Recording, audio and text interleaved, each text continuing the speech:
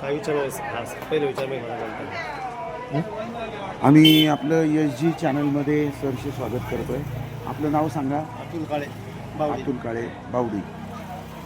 आत्ता जी काही पंचायत समिती गटाची आणि पंचायत समिती गणाची आणि जिल्हा परिषद गटाची निवडणूक येत्या 5 तारखेला होते. तर आपल्याला सगळे उमेदवार माहिती आहेत सगळ्या पक्षाचे. माहिती आहे. जिल्हा परिषदेचे उमेदवार जिल्हा कोण आहेत? परिषदेच्या माहिती. हां, काय नाव त्यांचं?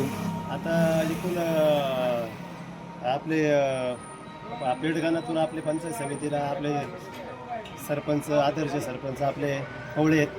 परत एकूण आपले मराठा महासंघाचे आपले अंकुश लांडे आहेत. परत एकूण त्या गोडेगावच्या याच्यातून आपल्या ज्या जिल्हा परिषदेच्या याच्यातून आपले देवीदास भाऊ दरेकर असे अनेक उमेदवार प्रत्येक पक्षातून उभे आहेत. पण परिस्थिती अशी आज जर 30 वर्षातली पाहिली, जिल्हा परिषद निवडणुका झाल्या, पंचायत समिती निवडणुका झाल्या, प्लस आमदार खासदारकीच्या निवडणुका झाल्या, पठाराचा पाण्याचा 30 वर्ष प्रलंबित प्रश्न हे काही राजकीय सर्वपक्ष राजकीय पक्षाला आत्तापर्यंत काहीच करता नाही. आता पुढं तरी लोकांनी दर 5 वर्ष गेले का आशा ठेवायची, काही ही 5 वर्ष गेली का याच्यात काहीतरी होईल, परत पुढची 5 वर्ष गेली असं 30 वर्ष चालू आहे. पण पठाराला कुठल्याही राजकीय पक्षांनी न्याय दिलेला नाही किंवा सगळ्याच पक्षांनी फक्त संडासच्या डबड्याप्रमाणे वापर केले नाही. सगळ्याच राजकीय पक्ष हा असं माझं वैयक्तिक सगळ्याच पक्षांनी मग एकाला का हा आवडावा हा निवडावा हा पाळावा असं आजपर्यंत झालेलंच नाही. तरी सुद्धा आपल्या गावामध्ये राष्ट्रवादीला किती टक्के मतदान झालेलं आहे इथून मागं?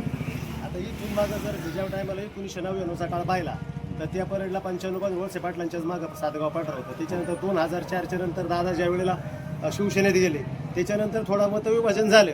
परंतु तरी सुद्धा ज्या टायमाला वळसे पाटील उभे राहतील त्या टायमाला वळसे पाटलांना जवळपास 65-70% मतदान झाले. साहेबांनी पाण्याचा प्रश्न सोडवण्यासाठी प्रयत्न नाही केला? प्रयत्न झाला असता तर पाणी आलं असतं. हां, प्रयत्न जर झाला असता तर पाणी आलं असतं. पण तसं काही म्हणावं एवढं प्रयत्न झालेच नाही असं म्हणायला काय हरकत नाही. पुढं होईल असं वाटतंय का? पुढं तर आता साहेबांचं आता बघा आता साहेबांची किती साहेब जर उद्या समजा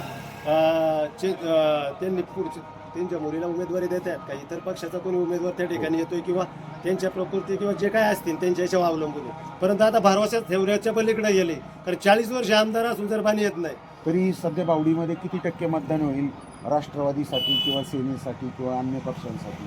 तर माझं म्हणणं असे किंवा समजा साहेबांचं काम समजा इकडे पहिल्यापासून किंवा तालुक्यात किंवा राज्य लेवलला आहे त्यामुळे त्यांच्या उमेदवाराला जास्त प्लस होऊ शकतं. पण आत्ताचा जो प्रश्न तुम्ही जो महत्त्वाचा विचारलाय पाणी प्रश्न त्याच्याबद्दल जर मला सांगायचं झालं तर किती कोणला मतदान केलं तर आजपर्यंतचा रिझल्ट झिरो. मग दादांनी तेच केले, वळसे साहेबांचे काय उमेदवारांनी तेच केले, सर्वपक्षीय राजकारत्यांनी तेच केले. त्याच्यामुळे जनतेला एक विनंती आहे तुम्ही संघटित व्हा आणि मतदान कुठल्याही पक्षाला करा त्याच्याशी काही माझं दुमत नाही. परंतु ज्या ज्या ठिकाणी आपल्या पठारावरती आर्थिक परिस्थितीचा जो पायगंडा पाडलाय या पाण्यामुळं त्याच्यासाठी तरी संघटित होता असं आव्हान आहे माझं मतदारांना. तुमच्या आवडीचे उमेदवार कोणते?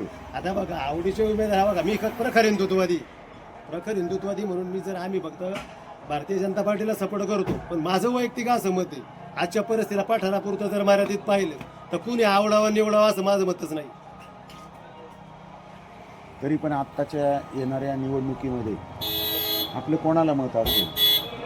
बघा मी सांगतो जे उमेदवार आता जे काही परिस्थिती मांडतील आत्ताच्या परिस्थितीला आता कळेल का आम्ही काय प्रकारे या ठिकाणी आम्ही विधून पुढच्या कार्यामध्ये ह्या सातगाव पाठरासाठी किंवा समाजासाठी योगदान देऊ त्याच्यावर अवलंबून राहील. धन्यवाद. बाबा तुमचं नाव सांगा. आत्ता जी काही जिल्हा परिषदेची निवडणूक आणि पंचायत समिती गणाची निवडणूक आपल्या तालुक्यामध्ये सुरू आहे. आपल्याला उमेदवारांची नावं माहिती आहे? जिल्हा परिषद सदस्य म्हणून आणि दरेकर आणि पंचायत समिती गणामध्ये हां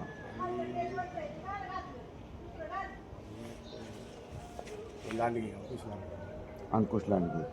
तुम्हाला काय वाटतं आत्ताच्या या निवडणुकीमध्ये? मला वाटतं राष्ट्रवादीची सीटं लागतील म्हणजे ऑल ओव्हर तालुक्याचं सांगताय की तुम्ही फक्त तालुक्यातही सांगतो इथलंही सांगतो हां इथंही सांगा दोन्ही सीटं लागतील. हां कशावरून तुम्ही ठामपणे सांगू शकता? काय मन परिवर्तन होतंच ना. मग आणि संबंधित येतात माणसं, संबंधित माणसं कामावर अवलंबून असतात. कामावर अवलंबून असतात. आपल्या सातगाव पठारावर वळसे साहेबांनी कोणती कोणती कामं केलेली आहेत? भरपूर कामं केलं. आता इथं पंचायतीचं काम चालू आहे, तलाठी ऑफिस चालू आहे. तलाठी भरपूर ऑफिस. कामं झाली. तुम्हाला असं वाटतं का शरद पवार गट हां. आणि वळसे साहेब गट एकत्र यावेत आणि एकत्रितपणे त्यांनी निवडणूक लढवावी? चांगली गोष्ट आहे ना. चांगली गोष्ट चांगली आहे. गोष्ट आहे.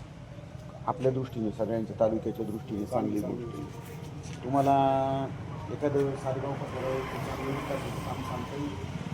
चांगलं विकासाचं काम झालंच नाही. चांगलं झालंच झालं. नाही अजून. पाण्याचं कोणतं काम होतं होतं, पाण्याचं पाण्याचं काम? काम. पाण्याचं काम. दुसरा विकासच काय आहे? पाणी आले की रोड सगळा येतं चालू. विकास. हां, पाण्यावर अवलंबून. मग सगळ्या जनतेने एकत्र येऊन असं म्हणजे तुमचं आता निवेदन झाली दिलं. 50 वर्ष गेली त्याच्यात. 50 वर्ष गेली. पुढे येईल असं वाटतं का नाही तुम्हाला? वाटत. राजकारण नाही नीट राहिलं. आम्हाला जे व्हायला पाहिजे ते नाही होत. रस्त्याची सेवा चालूच आहे. शाळा कॉलेज म्हणजे मेन पाण्याचं काम ते नाही झालं. कोणालाच नाही करता. मग आता तुमचा उमेदवार पक्का जिल्हा परिषदेचा कोणता असेल? तसं आमचा उमेदवार जिल्हा परिषद दरेकडे दरेकर असतील. त्यांनी कामं केली आहेत. हो. आणि क्रॉस वोटिंग होईल असं वाटतं तुम्हाला? समजा तुमचा उमेदवार सातगाव पठारावरचा पंचायत समिती गणामध्ये पवळे साहेब असतील किंवा धुमाळा असतील तर तुमच्याकडे क्रॉस वोटिंग होईल असं वाटतं तुम्हाला? आमच्याकडे पावळ्याला होईल होती. होईल ना? धन्यवाद. तर काळाची गरज. आल्यानंतर काय विकास होईल असं वाटतं? सुरुवातीला जसा विकास झाला होता, सुरुवातीला जसं जन्म तयार झालं होतं तसं पुन्हा तयार होईल. तुम्हाला असं वाटतं का पाण्याचा जो गंभीर प्रश्न आहे सातगाव पठारावर ते कोण सोडवू शकेल? आजपर्यंत कोणी सोडू शकलं नाही आणि ते सोडवणार नाहीत. फक्त अफवा देतात, आश्वासन देतात आणि निघून जातात. पवार साहेबांनी बाबगावमध्ये सांगितलं होतं की यावर्षी पाणी आल्याशिवाय राहणार नाही. आणि वळसे पाटलांनी बऱ्याच वेळा सांगितलं, दादांनी पण बऱ्याच वेळा सांगितलं, पण ते काही येत नाही. आणि पाण्याचं नसतं दृष्ट करून डोळ्यासमोर ठेवून जर मतं मागत असते तर जनता त्यासाठी आता अनुकूल राहिलेलं नाही. जनतेने ओळखून घेतलं हे कोणी जाणू शकत नाही. कामापुरते फक्त मतदानापुरते येतात, मतदान मागतात आणि निघून जातात. धन्यवाद. कोणी विचार करत नाही. धन्यवाद.